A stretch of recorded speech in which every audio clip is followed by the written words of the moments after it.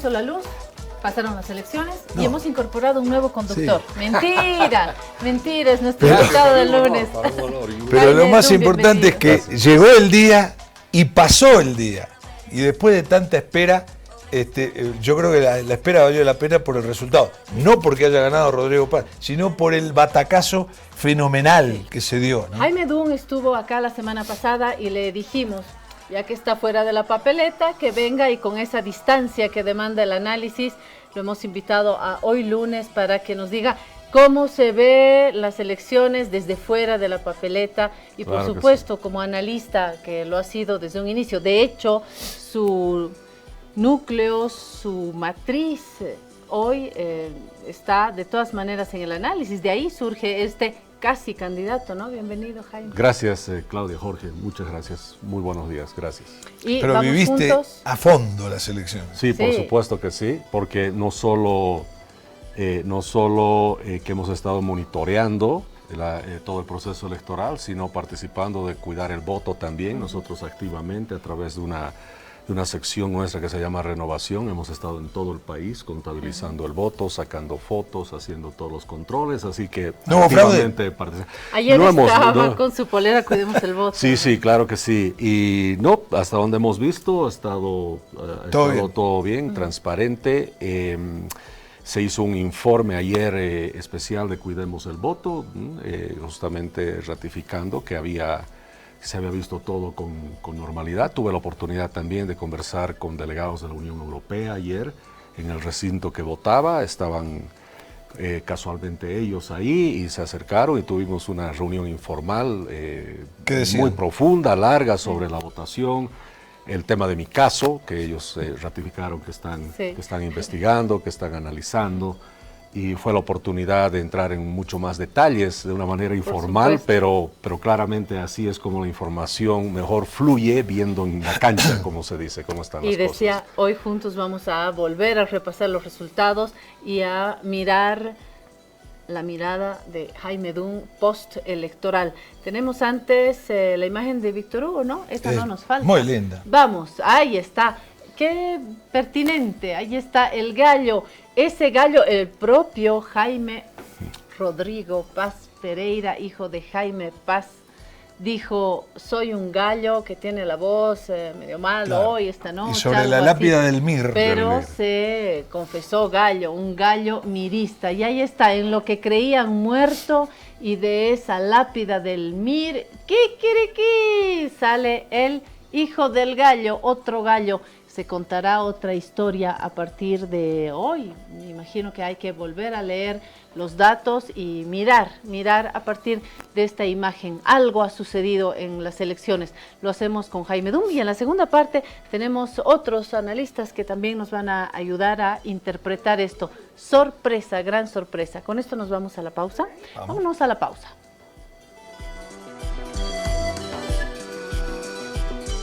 Trata la gripe y la tos seca con una cápsula blanda y efectiva. Alíviate con Refrianex Tos. Refrianex, siempre contigo, en cada momento. Querida Bolivia, porque creemos en ti. En tu bicentenario te celebramos con hechos, nuestra inversión firme y el compromiso genuino de desarrollar una minería responsable, generando oportunidades reales a través de nuestros proyectos Silver Sand y Carangas. Bueno, esta llave conoce esas manos, así que le vamos a volver a entregar. Pero antes... Primero la rejilla. A ver. Te resfrías, consigue alivio de día y descanso reparador de noche. Con Refrianex comprimidos día y noche. Refrianex, siempre contigo en cada momento. Señora, un paraguas, por favor. ¿Como este? El joven de Prode. El mismo. ¿No tuviera uno más grande?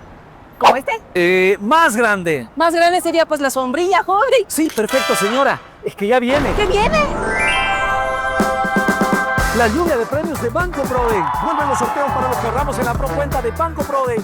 Y si tú mantienes o incrementas tus ahorros, ya estás participando. Un ticket por cada 100 bolivianos que mantengas en tu procuenta. Y 2 tickets por cada 100 bolivianos que incrementen tu saldo. Gana miles de bolivianos. Con ganadores en el área rural y urbana. Si aún no tienes tu procuenta del Banco Prode, ábrelo hoy mismo y empieza a ahorrar. Porque cuando llame Prode, ¡ganan todos! Banco Prode. Esta entidad es supervisada por ASFI. Actividad autorizada y fiscalizada por la Autoridad de Juegos.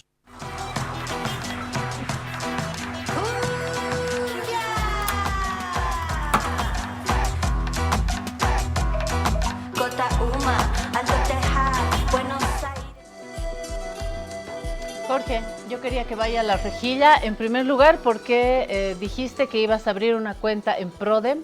No sé si abriste tu cuenta, porque te debo una platita, te tengo que hacer un giro y si no tienes cuenta, imposible. Anoche fueron las elecciones y recién me levanté y vine para acá, no pude. Y también quería que vaya a la rejilla porque anunciamos Resfrianex y Jorge se resfrió. Pero hoy... ¿Tomará su Resfrianex? Sí, no, el Resfrianex, por favor, vaya. Me tengo que mover un poquito más a este lado. Perdón, sí, hoy 2:30. Jaime, más acá porque...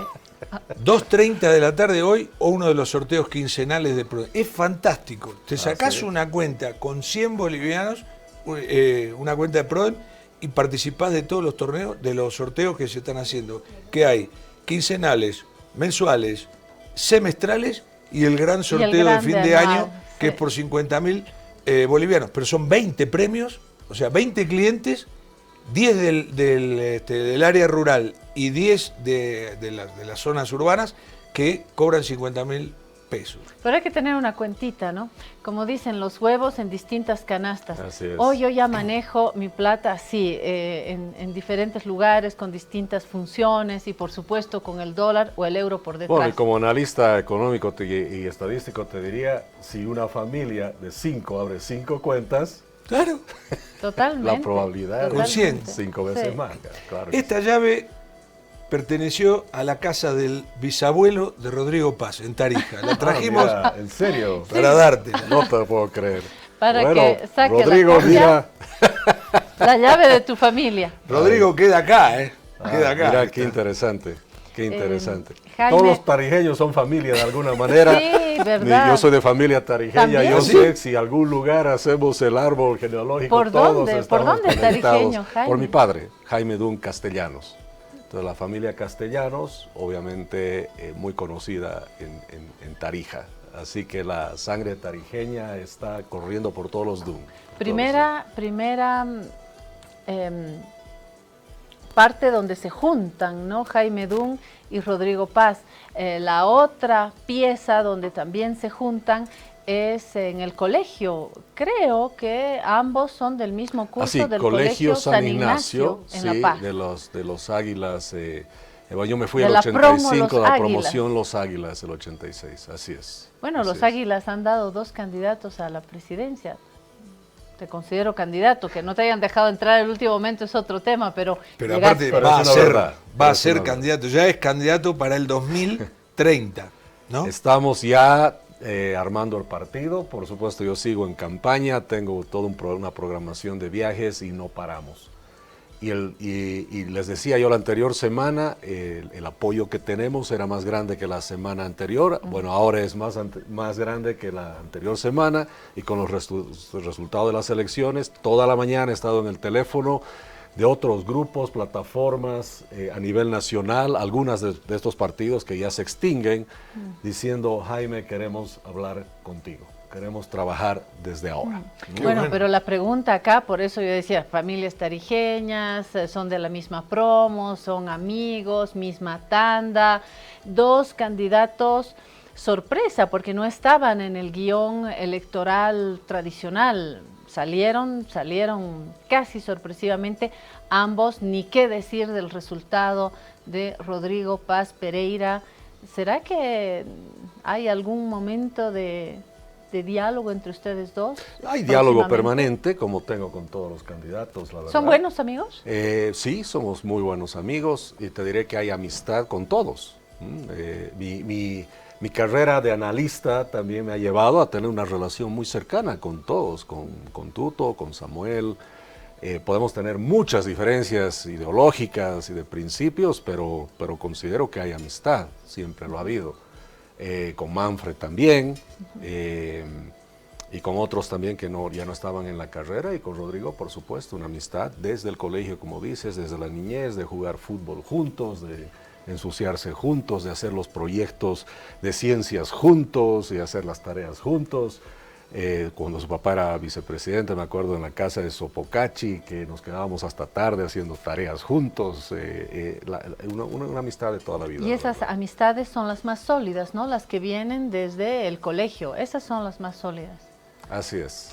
Bueno, ¿esta amistad permitirá algún puente político? ¿Será que Rodrigo vaya a necesitar de la figura de Jaime Dum o Jaime Dum quiere nomás hacer su camino en solitario?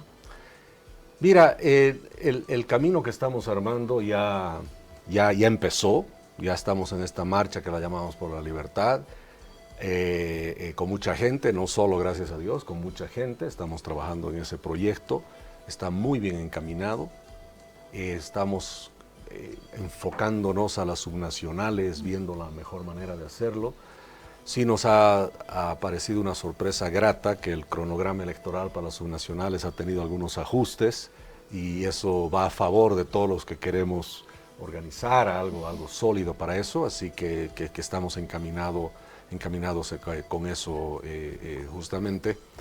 Y como te decía, contacto hay con todos, ojalá no sea infidente con Rodrigo, pero ayer hablamos justamente de las sorpresas que se estaban viendo, sí.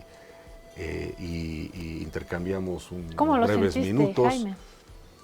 Lo sentí con mucho ánimo,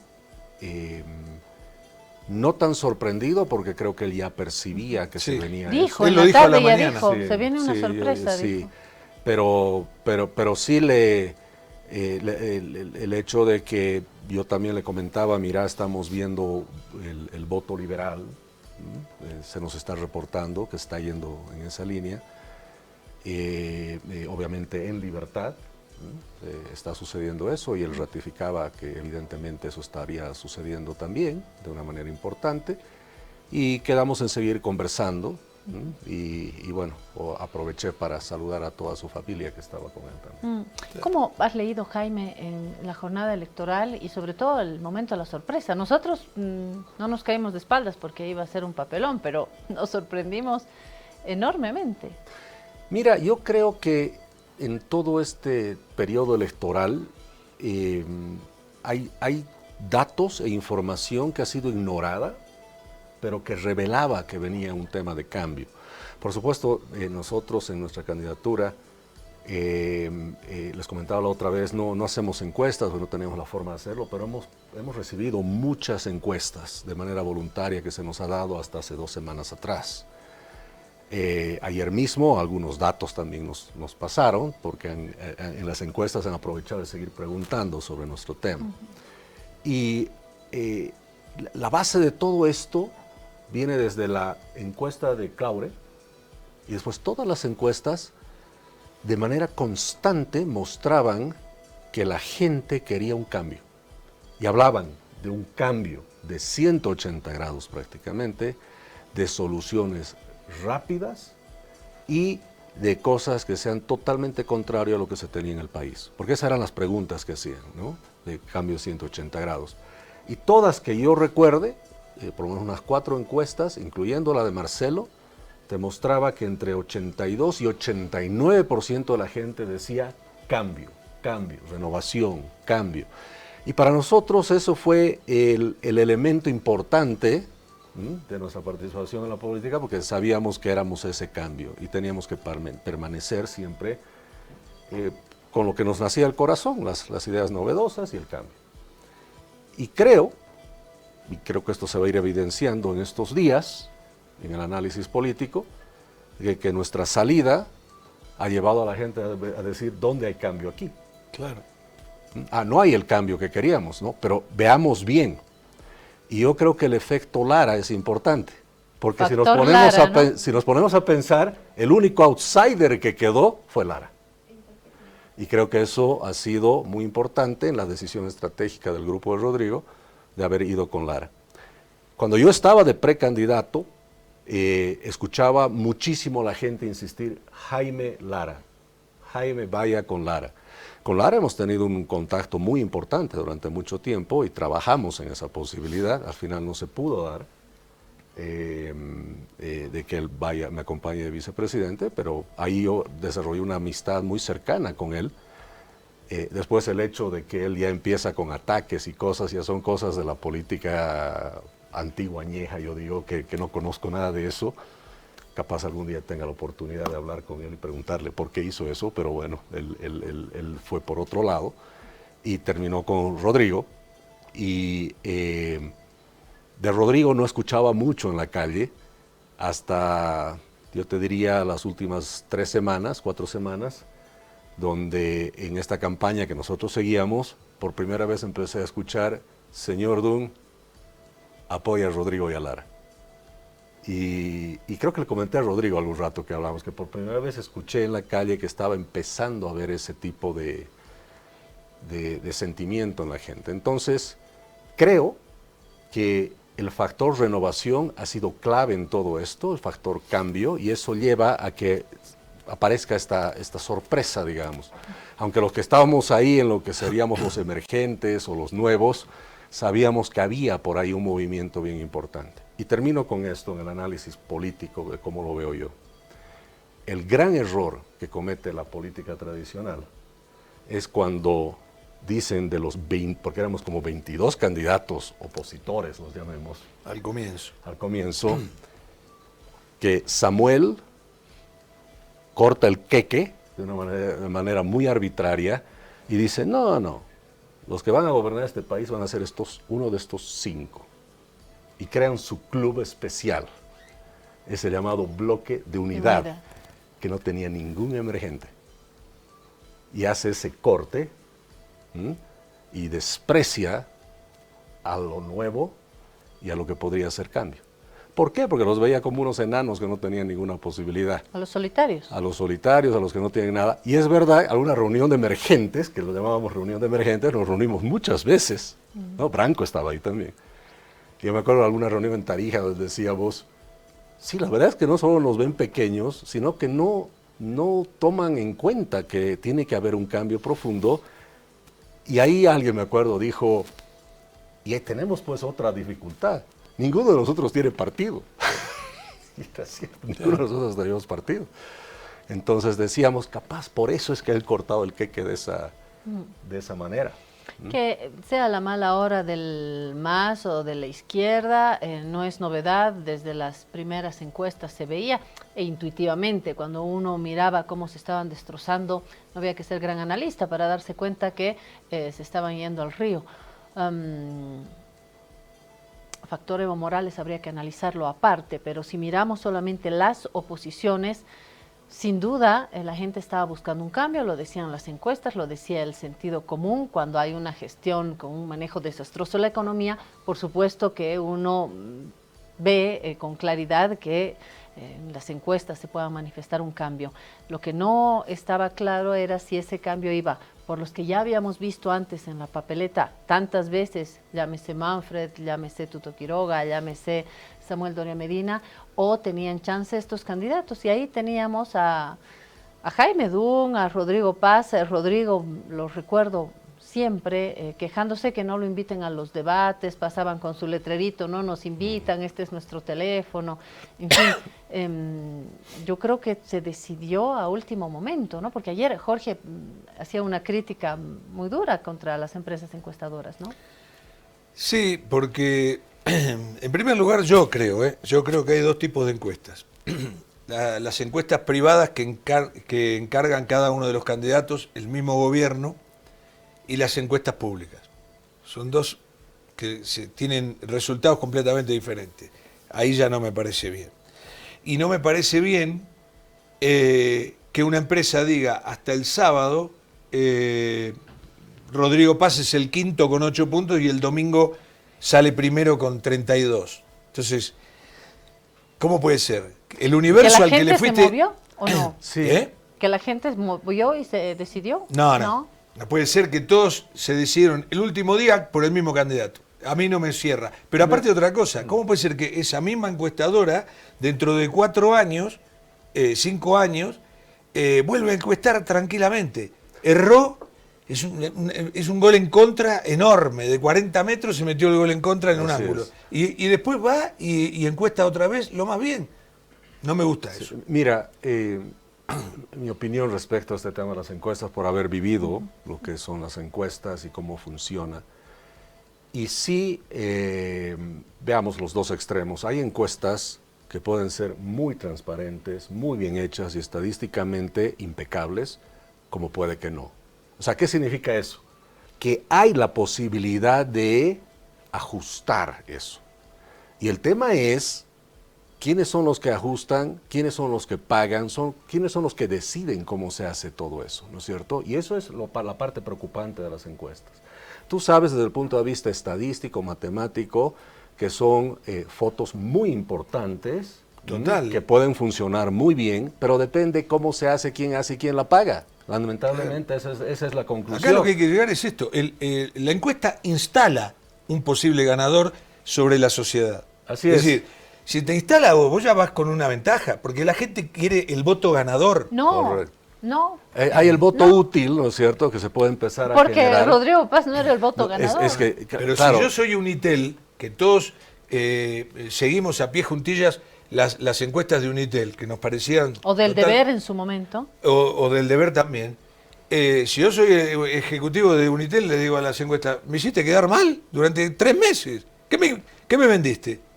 Ahora, pero hay otro factor también muy importante en el tema estadístico. Como es una foto del momento, eso va estresándose y va cambiando dramáticamente mientras se van llegando a las elecciones.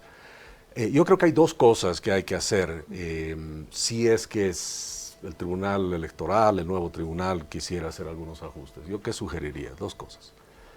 Primero, en la ficha técnica, que es donde se ponen los datos estadísticos, cómo se ha hecho, cuál es el universo, el porcentaje de error, las muestras, tamaños, etcétera, etcétera, debería tener un cuadro grande que debería decir cuánto costó la encuesta, quién la pagó y cómo la pagó. Claro. Primer tema, que debería revelarse al público. Segundo, el otro tema también que es muy importante es que como la foto va cambiando, día a día se va ajustando, deberían ser más seguidas las encuestas hacia el público. No como el tiempo que hace 2 semanas, claro. 3, o alguna ha sido un mes, ¿no es cierto? Pero sin embargo, te diré que los partidos, para decir, más importantes que han participado de esta elección, hacían encuestas diarias. Y si una encuesta diaria ya podrías ver que habían unos cambios importantes. Y los que hemos tenido acceso a algunos de esos números, en nuestro caso, repito, por la buena voluntad de alguien de compartir con nosotros. ¿La viste venir? Vimos nosotros que había un cambio importante. No te podría decir que realmente un ganador, pero sí que había una reconfiguración importante en las últimas 3 semanas. Es más, con uno de los candidatos, que me invitó a su casa para una charla, ¿no?, de por dónde está yendo la cosa, en algún momento capaz se lo diga, yo le dije, veo un movimiento muy importante, muy serio, y hay que tomar con seriedad a Rodrigo, que Rodrigo podría entrar a estar en los primeros lugares. ¿Y qué te dijo? Y él me dijo que sí, que él también estaba percibiendo eso. Sí, ¿no? Entonces, porque he tenido la oportunidad de hablar de algunos de esos temas, y era en realidad una reunión también para hacer un poquito seguimiento a nuestro programa de gobierno, cómo lo estaban analizando y cómo lo estaban viendo. Jaime, yo digo que es uno de los grandes perdedores. Hay 5 o 6 perdedores muy grandes en esta elección, pero uno de los grandes perdedores son las encuestas, y la gente dice, bueno, pero en fin, se pueden equivocar, pero si la encuesta no tiene un cierto grado de precisión, entonces ¿para qué? ¿Cuál es su utilidad? Jorge? Para mí el perdedor número 1 es Doria Medina. ¿Por qué? Porque estuvo como ganador todo el tiempo. Hasta el último minuto estaba ganando y le dieron vuelta al partido en el último momento. Y además por el dinero que puso. Yo no sé cuál es el idioma, no hablo con él, pero está clarísimo. Fue una andanada de publicidad por todos lados, ¿no? Yo calculo por lo menos $1 millón por cada punto que ha sacado. ¿Por cada punto? Sí. Ese es el estimado que hemos hecho en nuestro equipo. Exacto. Se dice entre 25 y 30 millones. Eso es lo que se dice. Después, otro gran perdedor es Andrónico. se soltó la mano de Evo Morales, dijo, no, yo voy, soy la renovación, qué sé yo, y era un candidato sin sustento. ¿Viste cuando te dan una sopa que no tiene un fideo, vos buscás un fideo que sepa, y todo caldo. Gran perdedor, 8%. Eso que analistas dijeron, ojo, y no analistas también. Es posible que Andrónico pase a la segunda vuelta porque en el bloque popular son muy pragmáticos, se van a unir todos y van a votar por Andrónico. Yo te diría que hasta hace unas 6 semanas antes de las elecciones había esa posibilidad y salían las estadísticas que podría haber eso. Y por eso mucha gente estaba muy nerviosa. ¿Y qué lo retrasó? Pero ya en las últimas semanas, de las últimas 5 o 6 semanas, nosotros ya vimos también de que el factor Andrónico ya se había desinflado, ya no nos preocupaba para nada. Nosotros ya, y es más, creo que lo dije en algún momento, dije, olvídense, el MAS ya no lo vemos. Un tercer perdedor creo que es la izquierda, porque esta flagelación a la que se sometió la izquierda por sí misma, la deja sin representación parlamentaria, no ya sin gobierno, sin representación parlamentaria, ¿no? Así es decir, no puede imponer absolutamente, claro. Tiene que mirar. Pasa va a ser que un hay espectador. un bloque que apostó a tener por lo menos una representación y no desperdiciar, entre comillas, en el voto nulo. Pero en el bloque evista del voto nulo prefieren tener ese factor de poder, así sea por fuera, que tener una mini representación. Son estrategias que vamos a ver cómo se van desarrollando de aquí en adelante. No, y te demuestra claramente el movimiento al socialismo ha confirmado lo que muchos pensábamos, que lo que unía al movimiento al socialismo no era realmente un tema ideológico de principios y convicciones profundas, ¿no es cierto?, como eran los partidos antes. Era una unión de intereses prebendales, coyunturales, y eso se empieza a ver que esta lucha interna es por espacios de poder. Ya no era discutir que el socialismo, que la izquierda y nada, era simplemente quién tiene qué, quién no tiene, quién se queda con algo, quién no se queda con la sigla, quién se queda con la... O sea, ha sido simplemente la lucha por espacios y poder, que no es lo que debería ser la base de un partido político, y por eso es que se autodestruye. Se dejó llegar el MAS por la mezquindad, ¿no?, y la miseria política, en una lucha fratricida que los llevó, ¿dónde los llevó, no? El factor Evo creo que hay que mirarlo de una manera distinta, porque su voto nulo va a incidir, a mí me parece que con más peso que lo que haya obtenido Andrónico, ni qué decir del pedazo de Bacopa que viene del MAS o del Castillo, que ahora no. Aunque hay quien dice que del Castillo, agárrense, está empezando a hacer política, no lo sé, y no sé si en la izquierda, pero por ahora está ahí. ¿Tu siguiente perdedor? El cuarto perdedor para mí es el gobierno. Entra con el 55% de voto y se va con el 3%, ¿no? Es como que entras por la puerta grande del Palacio con los clarines y cuando te vas por la puertita de servicio. Eso es la gestión. ¿Estás de acuerdo con esta lista de perdedores, Jaime? Sí, te diría que sí, pero yo diría también los grandes perdedores en todo esto han sido los mismos partidos políticos que se han mercantilizado, que nunca han logrado conformarse como instituciones serias, en el tiempo se han ido autodestruyendo, y al mismo tiempo también sí es cierto que ha habido por parte de la ley electoral, el nuevo sistema electoral, ha hecho que eso suceda. Si ha tenido en algo éxito el movimiento socialismo, ha sido en destruir todas las instituciones del país, que es parte del socialismo, hay que destruir todo eso y volver socialismo todo, ¿no es cierto? Mientras menos instituciones haya mejor, así hay más control del Estado, mientras menos instituciones, menos justicia, mejor se pueden manipular las cosas, y destruir los partidos políticos es el mejor trabajo que ha hecho el movimiento al socialismo, no sé si y han perdido es inherente al socialismo, pero es parte de la estrategia el destruirlos y hacer tan complicado que alguien sea candidato, ¿no es cierto? Que tienes que pasar por tantos filtros y controles que al final de cuentas son controles que siempre ha tenido el mismo gobierno. Entonces, porque al final de cuentas un Tribunal Supremo Electoral puede apuntar con el dedo, decir este sí, este no. Y seamos claros en algo, Claudia, seamos clarísimos. Si sometemos a una auditoría profunda el cumplimiento de la normativa vigente de cada uno de los partidos políticos, yo te aseguro que el 99% no ha cumplido con la normativa vigente. Y ese es un gran problema para el Tribunal Supremo Electoral, no ahora, hace un tiempo ya. Como dice Tuto Quiroga, vamos a mirar hacia adelante, no al retrovisor. ahora sí que les conviene mirar hacia adelante. Estamos en una segunda vuelta con Tuto Quiroga y Rodrigo Paz Pereira. Ya ayer comentábamos en Aviala, en Decisión 2025, que había una diferencia, por lo menos en las formas, enorme entre la reacción al resultado del bloque Tuto Quiroga, del bloque Rodrigo Paz, de los liderazgos sobre todo. Cuando se lanzan los resultados y tienen que salir a decir algo, creo que Tuto Quiroga quedó como que en su pedestal, en ese lugar preparado, él, su esposa, su candidato a vicepresidente, la esposa del candidato a vicepresidente, solitos, el atril, todo bien, en un discurso sin gran bulla, sin grandes aplausos, agradeciendo a los familiares, la suegra, el perrito, el sobrino, la mujer, la gente, JP, y quedó ahí sin swing.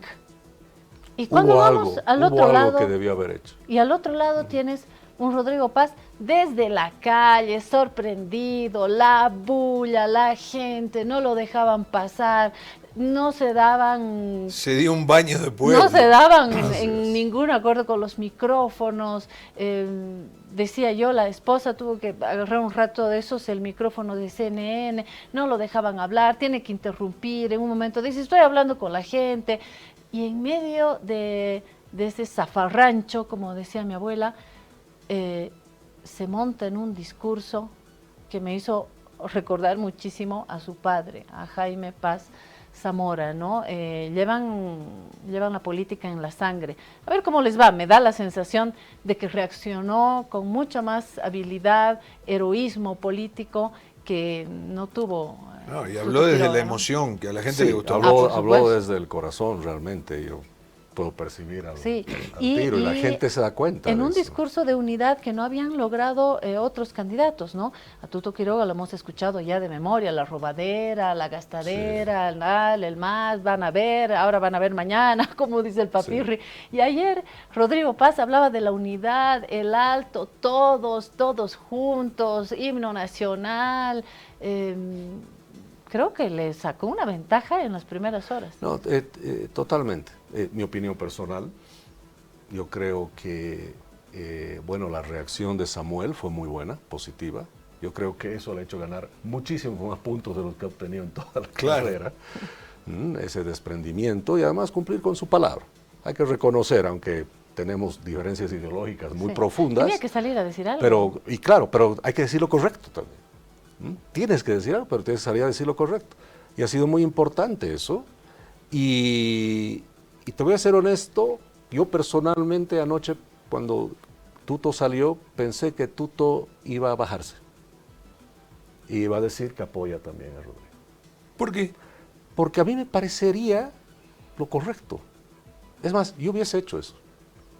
Pero hay 250.000 votos. Y se resolvía eso en la primera vuelta. Lo que sí iba a suceder es que nos ayudaban a todos para no tener que esperar la segunda vuelta en las colas de la gasolina. Pero el problema es ese, hay que hacer las cosas por la patria.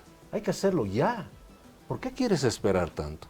Se va a ir a una segunda vuelta y ojo, la segunda vuelta es una elección de cero, ¿eh? No creamos que es solo que ganar cuatro puntos. No, es repensar todo de nuevo. Todos los dados al cubilete. Todo de nuevo, es una nueva elección, es otro proceso. Ojalá haya debates, ojalá. Ahora sí lo aquí aprovecho para decir que haya debates.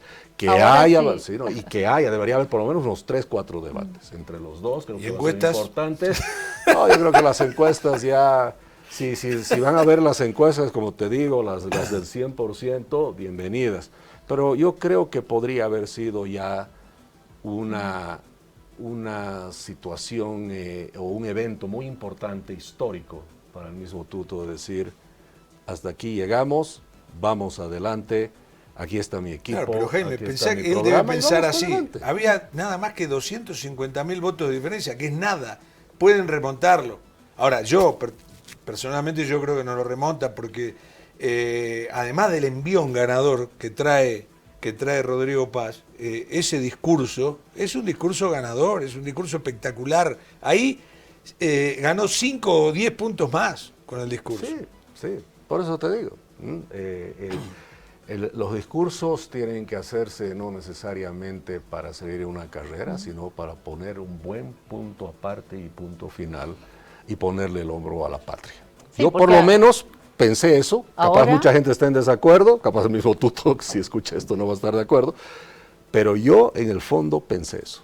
Si yo me veía en esa posición, hubiera hecho eso. Nos ahorraban tiempo. Esta mañana veíamos unas colas enormes de gente que no votó y decíamos, pero ¿cómo no van a ir a votar? ¡Qué barbaridad! Hasta que lo entrevistan y esta persona dice, estaba haciendo cola para la gasolina. Estaba haciendo cola para la gasolina. Es cierto, hay mucha Entonces, es ese tema también, ¿no? En la espera. Sí, lo hablábamos fuera de cámara. Yo creo que este es un maracanazo, más que un bataca. Este es un maracanazo, ¿no? Es ganar el Mundial en el último segundo en la cancha del rival. ¿Hay antecedentes parecidos? Mira, pensando rápidamente, creo que viendo en los últimos 25 años, digamos, lo de Evo Morales fue algo similar, ¿no? Cuando el primero aparece en el tercer lugar, ya fue allá el 2003, si no me equivoco, ¿no es cierto? Sí. Él aparece en tercer lugar y nos da una gran sorpresa, porque él venía prácticamente al último. Aparece en el tercer lugar, pero ojo que en esas épocas podía ser presidente cualquiera de los primeros tres. Entonces había una gran posibilidad. Porque se iba a segunda vuelta, pero con tres. No había segunda vuelta. Se negociaba en el Parlamento, era por negociación política. De hecho, el padre de Rodrigo Paz Pereira, Jaime Paz, fue presidente siendo el tercero con el apoyo de... por negociación. De por ADN. Negociación. Entonces, de Hugo Banzer. Claramente Evo podría haber entrado en una negociación. Me imagino que le ofrecieron el cielo y la tierra, no sé.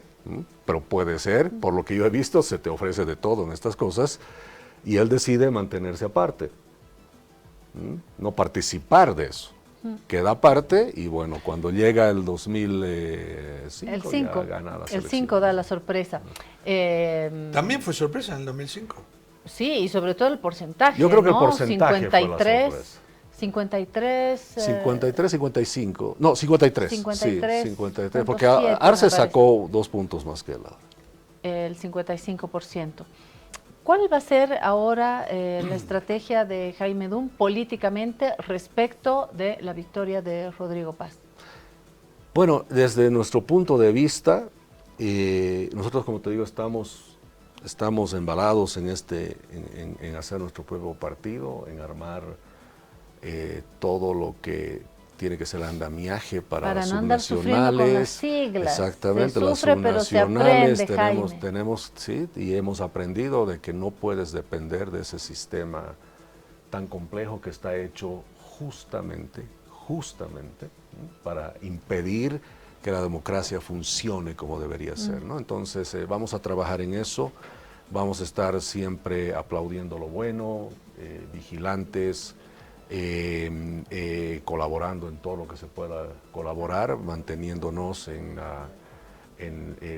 nuestro camino principal, que es esta marcha por la libertad. Ahora, Jaime, vos sos Rodrigo Paz mañana, pero supongamos que ganó.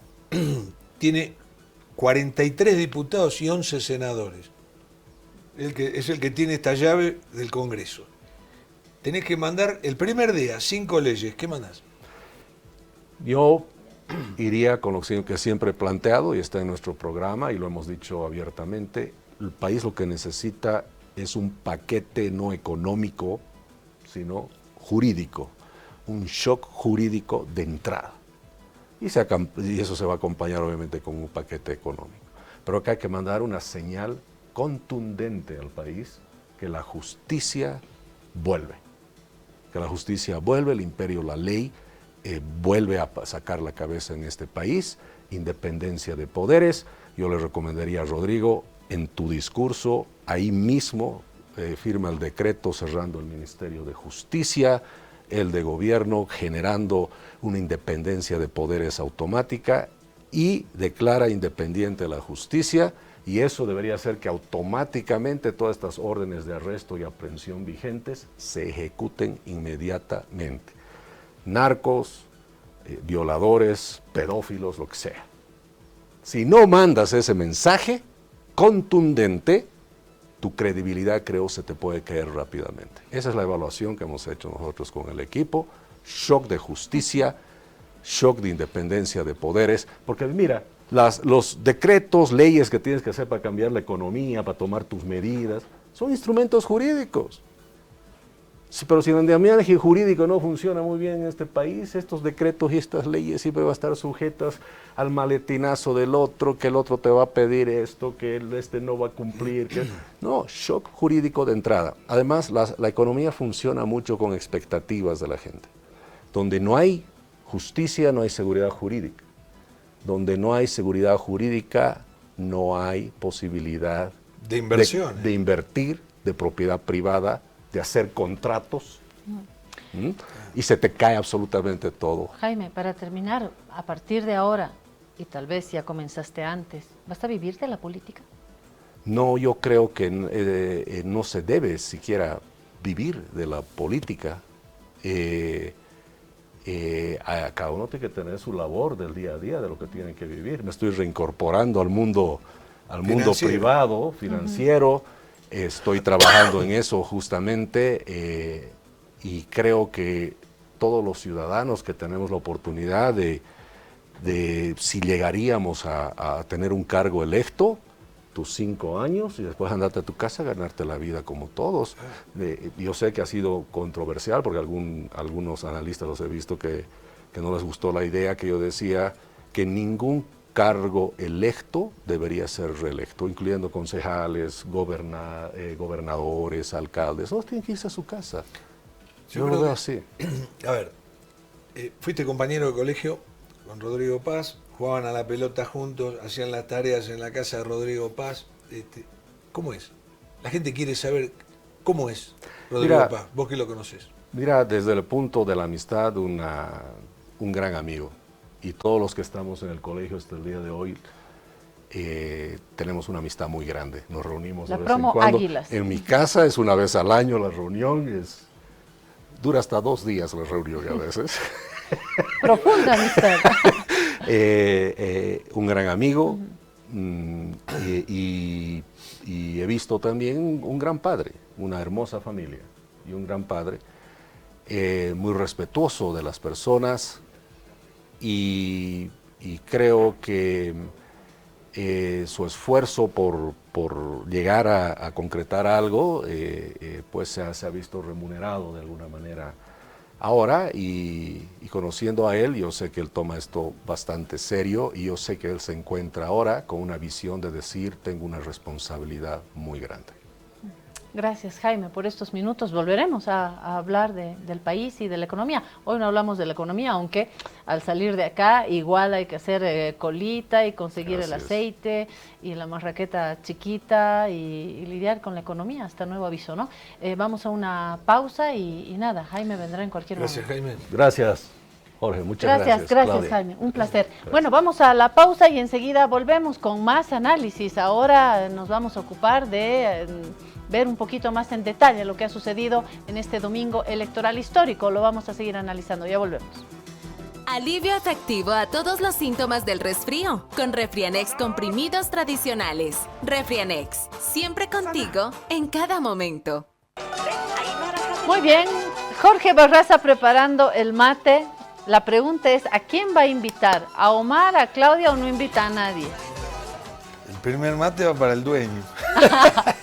Muy bien, Omar Velasco, parte de nuestros amigos.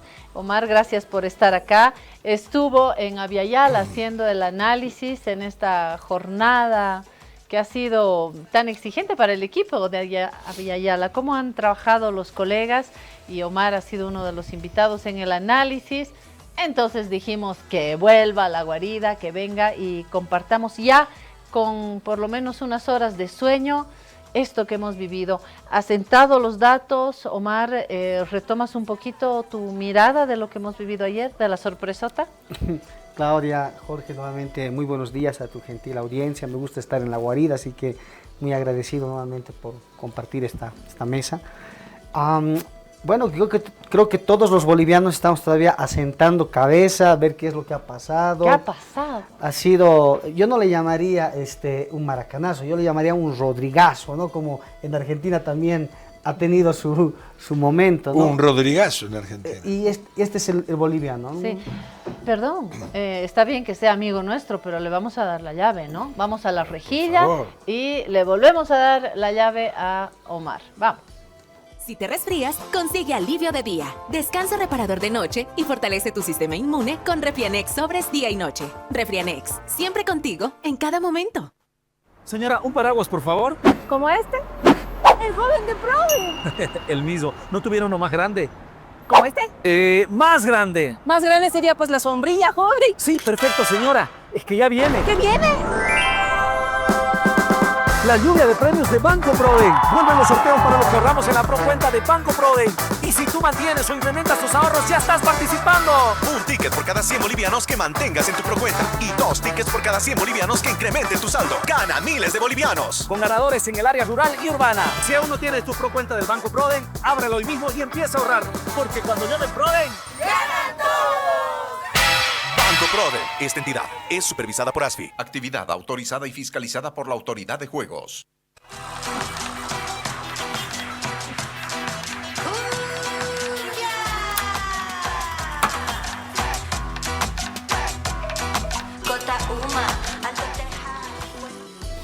Ya sabe, abrir la cuenta en Prodem, que llueve y se puede beneficiar muchísima gente.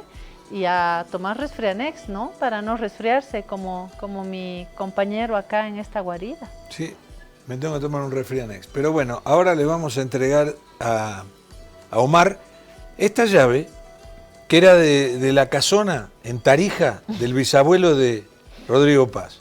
No me la pierdas porque yo después se la tengo que presentar a Rodrigo Paz. Ahora tiene más valor, ¿eh? Claro. Oh, hombre, mirá. Qué historia esta, ¿no? La famosa.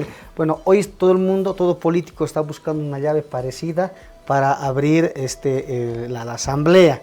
Pareciera que en Tarija han encontrado una similar. Hablando de Tarija, perdió en Tarija, Rodrigo. ¿Qué cosas? Y es parte, ¿no? Esta de las contradicciones de la política. Sí, sí. Bueno, nos contabas, ¿cómo miras esto que ha sucedido? Yo creo que hay dos fenómenos, ¿no? En general. El primero tiene que ver por este cambio de ciclo. Yo creo que es el cambio de ciclo más anti-más. Lo que está terminando es un ciclo de una hegemonía de la izquierda muy fuerte en el país, que de alguna forma ha sido descuartizada. Luego podemos identificar los responsables, pero ellos mismos. Desmembramiento de la izquierda tenía que, digamos, derivar en algo, ¿no? Y de alguna forma, más allá del, digamos, logro personal que pueda tener, ¿no? Lara y Paz, hay, digamos, un voto, yo diría, útil, que antes era de derecha, hay un voto útil de izquierda, que ha ayudado, digamos, a hacer crecer esta candidatura, ¿no? Antes de eso, Omar, está claro que lo que fue el movimiento al socialismo se hizo pedazos, pero por obra de los propios actores masistas. Arcistas, evistas, androniquistas, copistas, oportunistas, mala gestión, choquehuanquistas, oportunistas, en fin.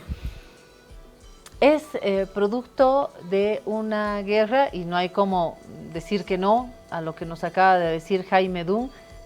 Intereses, no se pelearon por ideas. No, es que Arce es más estatista, Evo es más industrial. No, se pelearon por poder, se pelearon por liderazgos. Ni siquiera hubo un debate de ideas. Eso es lamentable, ¿no?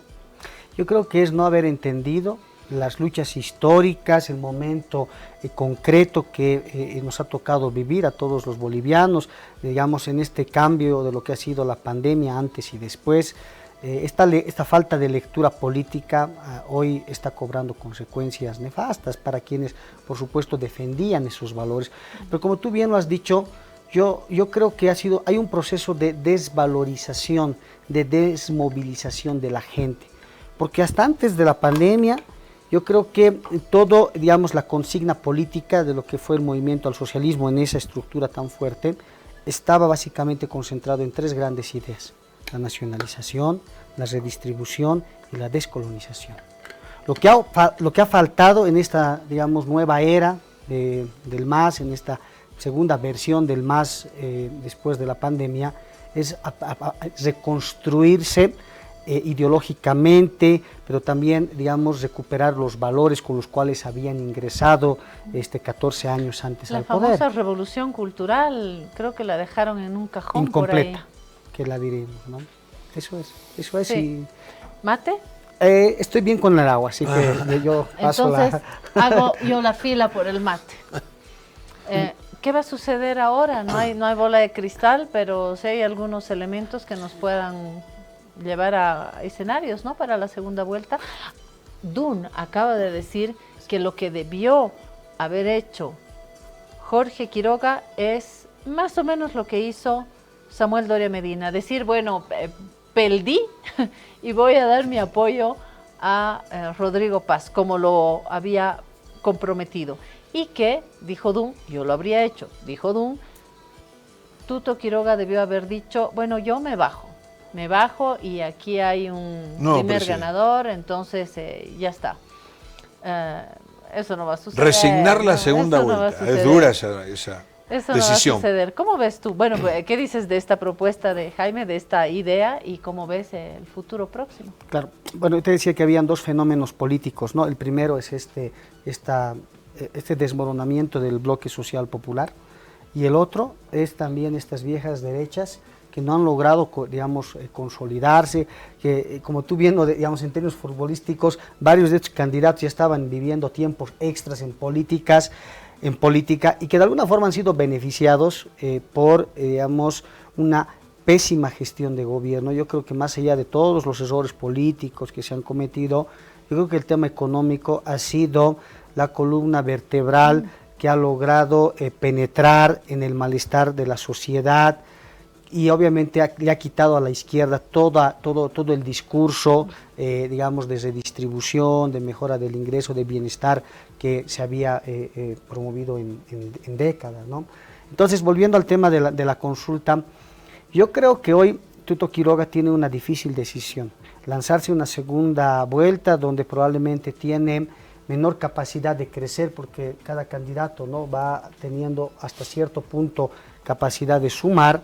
Y después, bueno, ese es tu voto, ¿no? Porque, ¿qué voto queda? Básicamente es el voto de el masismo indignado, de la izquierda de alguna forma reducida, que probablemente vuelva a votar nulo o decida votar por alguno de los candidatos. Pero, o sea, yo no veo mucho margen ahí de acción.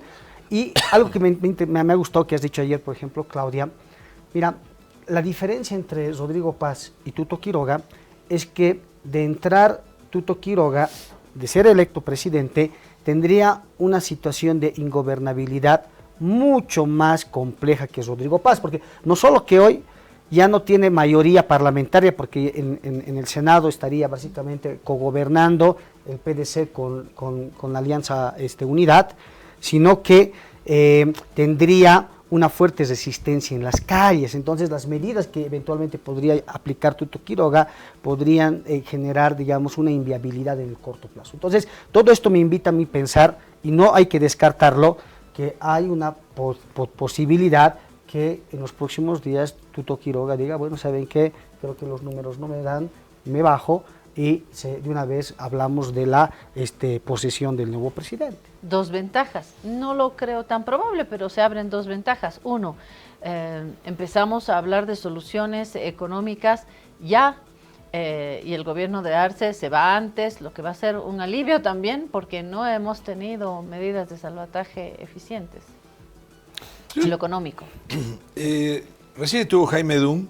Le preguntamos por qué él fue compañero de colegio, jugaban a la pelota, hacían las tareas en la casa ahí juntos. ¿Cómo es el candidato ganador de ayer, Rodrigo Paz? Dijo que era muy buen amigo, lo cual es un buen, ¿cómo se llama? Un buen perfil de una persona. Ser buen amigo es ser leal. Y también tenía una hermosa familia, que es un buen hombre de familia. Pero hubiéramos querido saber más. Pero yo lo que te pregunto, vos sos economista, ¿cuál es el perfil económico, digamos, de Rodrigo Paz? ¿Qué podemos esperar económicamente? De Tuto Quiroga ya sabíamos, de Doria Medina ya sabíamos. Iría más allá, no solamente el perfil de su lectura económica, hablaría de su perfil político. ¿Dónde lo ubicarías? Bueno, ayer un poco lo discutíamos, porque yo en principio veo de que de alguna forma la candidatura de Rodrigo Paz ha logrado converger hacia un centro, pero no es un centro en sí mismo, y ahí coincido contigo.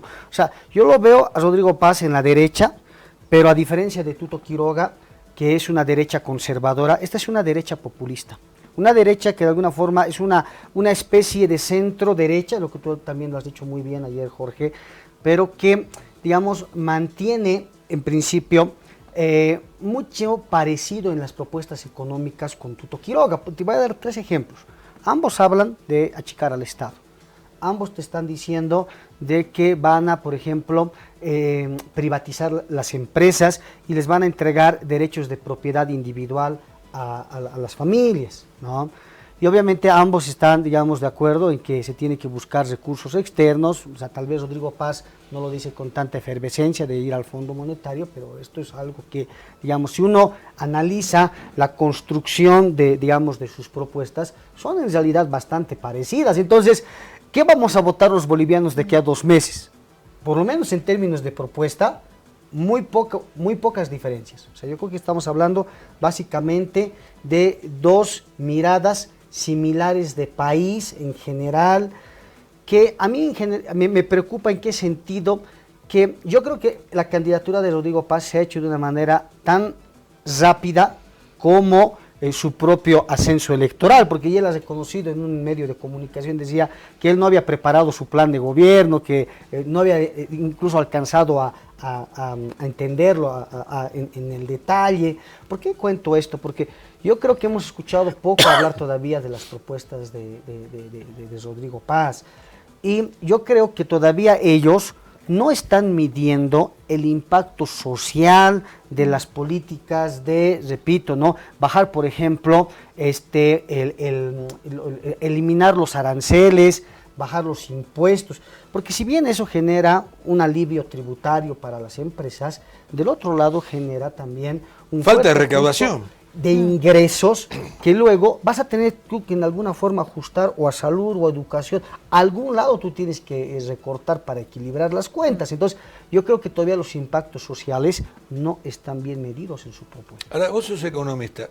Si tenés que pedir 5.000 millones de dólares, 10.000 millones de dólares, ¿a quién le pedís? Porque la gente tiene terror a la palabra Fondo Monetario. ¿A quién le pedís? Antes de la respuesta, para que piense Omar, en los seminarios dicen pausa café, ¿no ve? En esta guarida se dice pausa mate. Jorge ya me está mirando con sus ojos de devuelve el mate. Hacemos una pausa mate. Le voy a devolver su mate. Sí, porque esto es un mate, no un micrófono. Y ya que estamos hablando de dinero. No es un micrófono. Y mirá, de préstamos. Yo creo que si alguien me prestara algo de dinero, yo me compro una casa ARPA. Cuando tenga plata, ahora no. A ver. Estas casas ARPA, Omar, te la muestro y luego se la muestro a Ángel. Son unas casas prefabricadas, españolas, que llegan a Bolivia y usted va a tener la oportunidad de diseñar su propia casa. Esta, por ejemplo, tiene 1, 2, 3 dormitorios, living, sala, baño, bueno, lo que hace falta, ¿no? Pero usted la puede diseñar a su antojo. Ahí está, se la muestro a Angelito. El interior lo decide el cliente. Lo que uno necesita, por supuesto, es tener el terreno, la losa, el lugar en una propiedad como una terraza, las conexiones básicas y, por supuesto, el dinero para comprar la casa. Pero, ojo, que son casas más económicas que una construcción tradicional, sí, ¿no? Me parece y aparte, una buena opción. Acá lo notable es que es una casa que te la arman en 8 horas. Ah, magnífico. Sí, volando, para el que quiere ya. Podemos mostrarte ahora cuando la están armando y vas a ver lo que son los materiales. Los materiales, yo estoy enamorado de los materiales que son extraordinariamente firmes, resistentes, resisten vientos de 250 kilómetros por hora y además son muy modernos, ¿no? Entonces, ahora vas a ver cómo te la arman así. Te la arman en 8 horas, pero en total para que vos te metas a vivir y tengas todos los servicios 7 días. ¿Por qué? Porque después hay que traer la luz, el gas, el agua y lo demás. Claro, hay que terminar con Ahora eso. bien, Pero imagínate lo que es eso al lado de una... ¿Tienes propiedad privada? Yo tengo un departamento. Propiedad privada. Sí. Bueno, te costó, me imagino, pagarlo. Y lo sigo pagando. Con el banco, esperar, no sé si lo compraste cuando el edificio estaba en el pozo, ¿no? Mirá los materiales, mirá cómo las están armando. Tiempo, ¿eh? Correcto. Es un tiempo. Impresionante la velocidad con la que... Sí. Pero aparte, esto más ahora... si tuvieras un terreno, porque hay gente que tiene un terreno y ahí está, tengo mi terrenito, tengo mi terrenito, tengo mi terrenito y tengo mi terrenito. Bueno, y el terrenito puede ser ya una vivienda pronto, ¿no? A un precio muy razonable. Muy razonable. Incluso lo podés financiar con un préstamo bancario. Pero aparte otra cosa, se casa una hija, un hijo, no tienen dónde ir a vivir. ¿O quieren vivir en pareja? Esa es pésima idea. Yo no meto a mi hijo con su mujer en mi casa. Pero bueno, le puedes dar tu terrenito. No, gracias. No. Que trabajen como hemos hecho nosotros, ¿no? Que trabajar. Que le dé terrenito el consuegro o la consuegra. Mala. Que se hagan todo de cero, como hemos hecho nosotros. ¿O no, Omar? La mejor herencia es darles armas para que aprendan. Totalmente. Ahí está el teléfono. 698-30-847, 698-30-847. Denise. O arpa.bolivia@gmail.com. Denise les resuelve todas las dudas. Nos escribieron de Santa Cruz y hemos contestado también a esta amiga que nos escribió. Y es el tiempo suficiente para que Omar dé su respuesta de quién se va a prestar, no para una casa o un departamento. ¿De quién se prestaría Omar si tuviera la responsabilidad gubernamental de la gestión de un Estado? Mira, esto es un tema muy interesante y voy a tratar en realidad utilizar el ejemplo de la casa para ver, digamos, cómo se razona, porque en realidad lo que se explica a nivel individual se cumple también a nivel grande, ¿no? Del país, digo. Vamos, cuando tú vas... Bueno, tú te prestas primero con un propósito, ¿no? Con un sueño, quieres mejorar tu nivel de vida, tu bienestar. O sea, en principio, Jorge, ningún crédito es malo. El problema es cómo se usa el dinero y si tienes la capacidad de repago, ¿no? Ahora, cuando tú te vas y te prestas, por supuesto, el banco te va a decir, bueno, usted tiene sus ingresos fijos, digamos, en cuánto tiempo me va a devolver. O sea, el banco te pone lo que llamamos condiciones. Pero estas condiciones son condiciones financieras. Lo que ocurre es que a nivel, digamos, internacional, quienes cumplen esta función de prestamistas de última instancia a los países que están en situación de liquidez, ¿no? En este caso de dólares, es el Fondo Monetario. No, principalmente es el fondo. O sea, esa es la institución internacional que se ha creado para atender necesidades de corto plazo. Que crearon los mismos países. Exactamente. Pero el problema que hay con el fondo es que en el tiempo los requisitos que te piden para prestarte se han vuelto tan, digamos, rigurosos y problemáticos que hacen que tú luego no puedas solo pagarlo, porque tienes que luego refinanciar la deuda va creciendo, ¿no? Y cada vez que va creciendo la deuda, las condiciones se vuelven más difíciles. Es como si tú, digamos, te contratas dinero para comprar esta casa, pero luego el banco te dice, no, ¿sabe qué? Además usted me tiene que poner en garantía su auto o la propiedad de su mamá, pero además incluso te puede decir, ¿sabe qué? Usted tiene que trabajar en tal lugar o en tal lugar si quiere devolverme la deuda. O sea, eso... Ya es una intromisión. Es un exceso, exactamente. Entonces, por eso, a ver, estos créditos con el Fondo Monetario tienen su pecado original, porque viene con estas condicionalidades. Pero por otro lado, Omar, vos sos economista, lo debes saber también, creo que es el organismo que te presta a un interés más bajo, el Fondo Monetario. Pero si vos tenés que recurrir a la banca privada para que o a fondos privados de capital, ahí te matan con los intereses, ¿no? Sí, eso es verdad, pero digamos, lo que hay que ver en el análisis costo-eficiencia, costo-beneficio, si bien tú tienes una tasa de interés más baja, que te da más, digamos, margen para que tú puedas prestarte, que no es muy baja, ¿no? En general están en 7% de lo que el fondo te podría prestar, pero obviamente el mercado hoy te está prestando tasas más altas, digamos de un 15, 20%. América Latina en general tiene tasas muy altas, ¿no? Exactamente, pero yo creo que el problema más va en, digamos, las consecuencias económicas que provoca luego digamos, el crédito, los préstamos, que puede incluso generar un costo para la economía, para la generación de ingresos mucho más alto que los propios intereses del servicio de la deuda. Porque, y aquí, si estuviera Jaime, yo le diría, la plata más cara, el dólar más caro, no es el que no hay, es el que te dan condicionalidades tan altas que luego el país no las puede pagar. Entonces, como no puedes ir por el lado del fondo, porque tienen estos problemas, además que el dinero no te llega de golpe, tú tienes que primero, yo creo que el país tiene que primero explorar fuentes de financiamiento alternativas. A las tradicionales. Tradicionalmente tú tienes CAF, BID, Banco Mundial, que tienen programas país para 5 años, que en flujo de recursos te dan más o menos, así hablando a grosso modo, como 100.000 millones de dólares año. Eso es lo que te prestan en conjunto.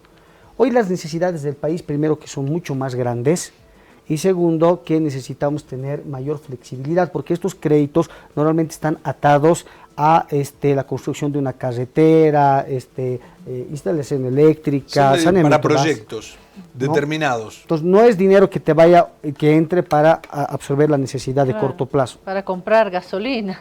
Pero el mundo ha cambiado, porque estamos hablando de la arquitectura financiera de los años 80. Hoy tú tienes nuevos centros financieros, como son los BRICS, como es en general Asia, Medio Oriente, donde hay bancos internacionales. Y uno de ellos, por supuesto, es el Banco de los BRICS, que tiene, digamos, mayor espacio de financiamiento. Nosotros somos miembros, por ejemplo, del Mercosur, miembros plenos. Dentro del Mercosur hay un fondo que se llama FOSIM, que financia, por ejemplo, inversiones de infraestructura para los países miembros. O sea, ¿qué te quiero decir? O sea, tenemos que explorar nuevas fuentes de financiamiento, tanto multilaterales con estos centros, pero también bilaterales. Yo no descarto China, India, como, digamos, potenciales, digamos, financiadores de mediano plazo, porque ese es el cambio geopolítico en el mundo, y no entender y reconocer estos potenciales, digamos, prestamistas, obviamente nos va a limitar y reducir a la vieja estrategia de financiamiento que hemos tenido. Pero pasando en limpio, ¿tenés que pedir? ¿A quién le pedís? China. ¿En ese orden? Con China tenemos un programa de 7.000 millones de dólares, que yo no entiendo por qué no se está de alguna forma reactivando. Probablemente los chinos están esperando a ver quién entra de gobierno, como lo han hecho con Argentina, porque yo me acuerdo en Argentina, Fernández quería ampliar el swap de divisas que tenían, los chinos no se los quisieron dar hasta que entre el nuevo gobierno y renegociaron el tema con Milei. Milei dijo que no quería saber de los chinos. Y terminó prestándose de los chinos. Y fue, por si acaso, a los primeros a los que fueron luego a recurrir. Entonces, esto es algo normal, ¿no? Pasa que Milei es la táctica, él te tira para atrás y después arregla. Bueno, nosotros no necesitamos esa táctica, hay que ir donde los chinos porque ahí está la plata. Sería interesante invitar al embajador de China. ¿Nos acompaña? Si lo por traemos? Favor, no. Para hacerle una entrevista, a ver cómo ve las cosas, ¿no? Sí, son geniales. ¿Cómo está la agenda con China?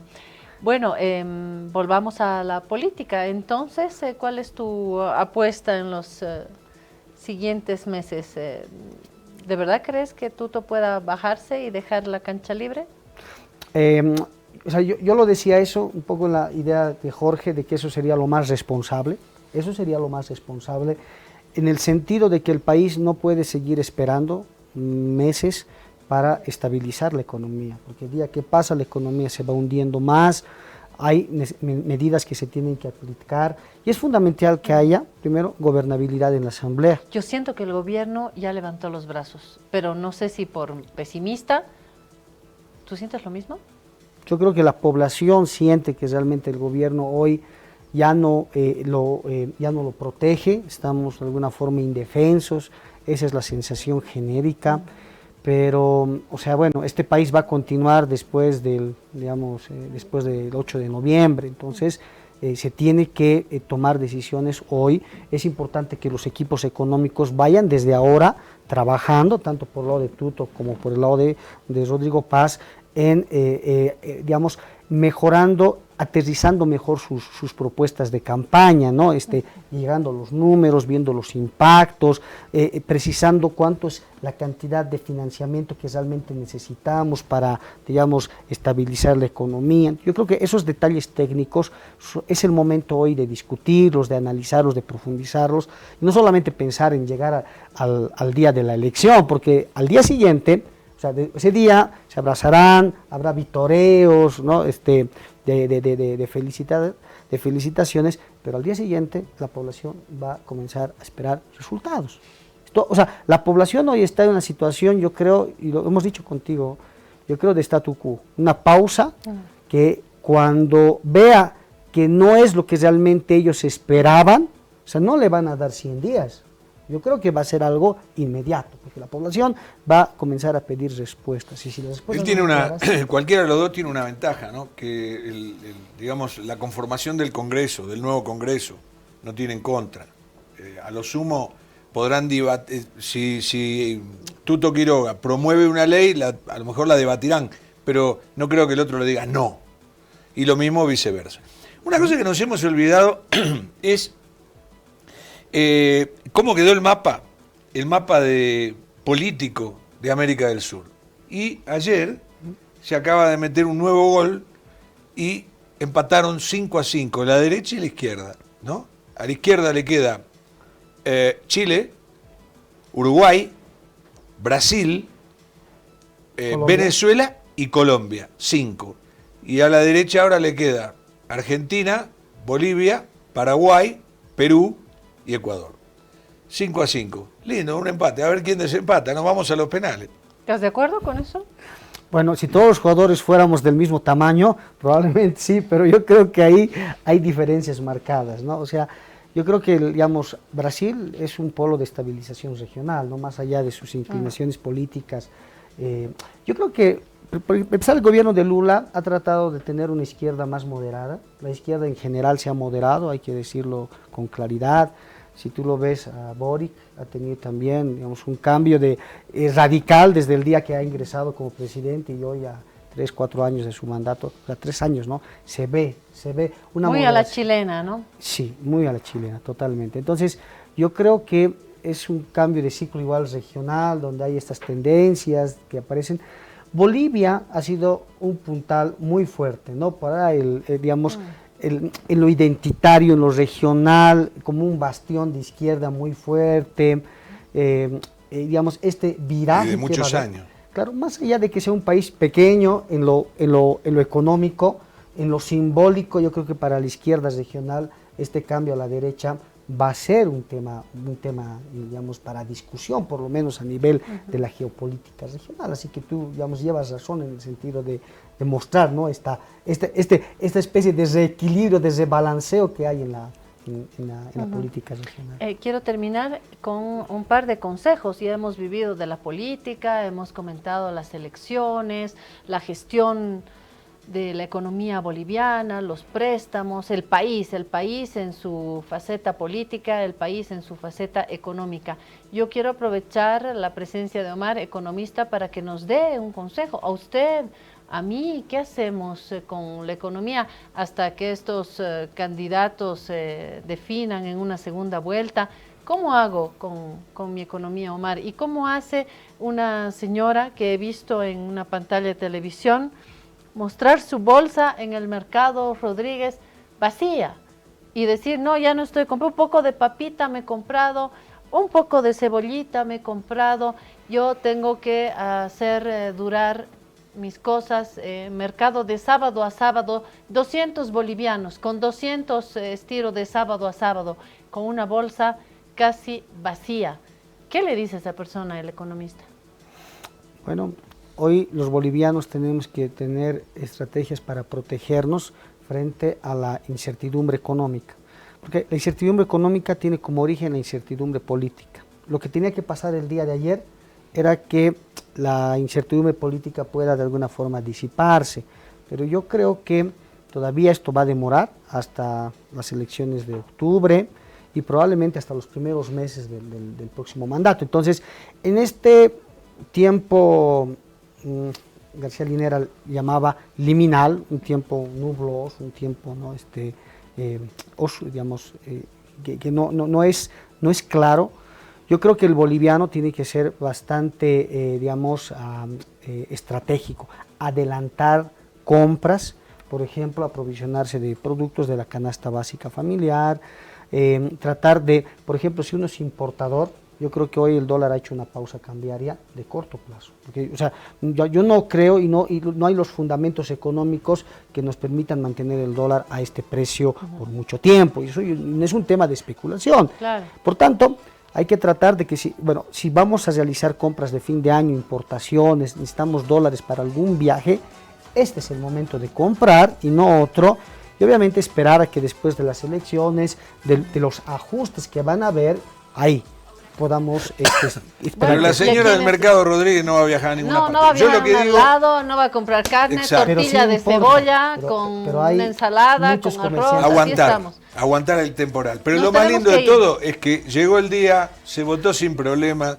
Bueno, no hubo lío de ninguna naturaleza y no hubo fraude tampoco. Lo más lindo es que muchas mujeres estamos a cargo de nuestra economía, de la economía familiar, y eso nos hace más fuertes, ¿no? Nada como el ingenio de las mujeres para vivir en crisis. ¿Vos te das cuenta? El autoelogio de las mujeres, el autoelogio. No, acá en Bolivia la mujer tiene que tener un monumento. Gracias, Omar. Jorge, nos vemos mañana. Así nos son vemos nuestras mañana. Mujeres. Son bárbaras. Hasta mañana. Otro día. Hasta luego.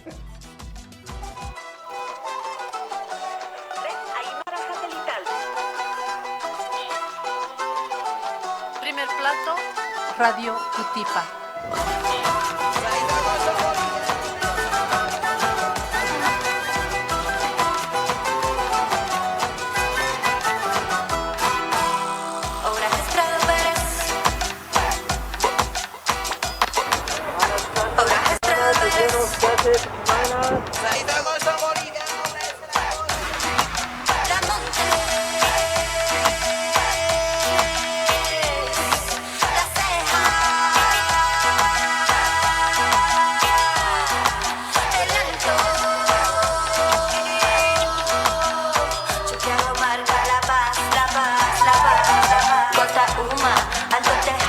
Buenos Aires, centro de la paz, Achachicala.